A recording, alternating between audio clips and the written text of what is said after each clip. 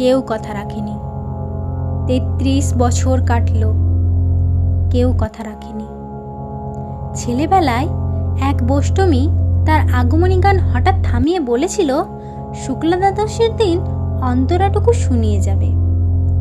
তারপর কত চন্দ্রভুক অমাবস্যা চলে গেল, কিন্তু সেই বষ্টমী আর এলো না।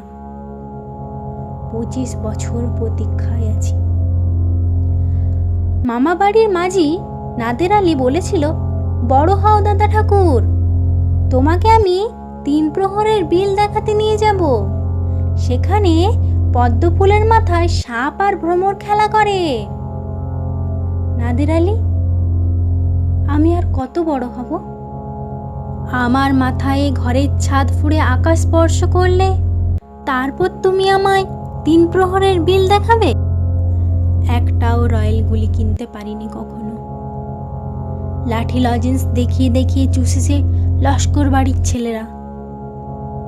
ভিখারির মতন চৌধুরীদের গেটে দাঁড়িয়ে দেখেছি ভিতরের রাস উৎসব।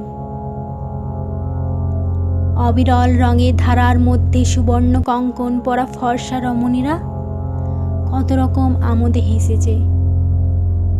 আমার দিকে তারা ফিরেও চায়নি। বাবা আমার কাঁধ ছুঁয়ে বলেছিল, দেখিস একদিন আমরাও। বাবা এখন অন্ধ, আমাদের দেখা হয়নি কিছুই। সেই রয়্যালগুলি, সেই লাঠি লজেন্স, সেই রাস উৎসব আমায় কেউ ফিরিয়ে দেবে না। বুকের মধ্যে সুগন্ধি রুমাল রেখে বরুণা বলেছিল, যেদিন আমায় সত্যিকারের ভালোবাসবে সেই দিন আমার বুকেও এরকম আতরের গন্ধ হবে। ভালোবাসার জন্য আমি হাতের মুঠোয় প্রাণ নিয়েছি।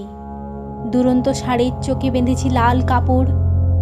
বিশ্ব সংসার তন্ন তন্ন করে খুঁজে এনেছি 108টা নীল পদ্ম। তবু কথা রাখিনি বরুণা। এখন তার বুকে শুধুই মাংসের গন্ধ। এখনো সে যে কোনো নারী।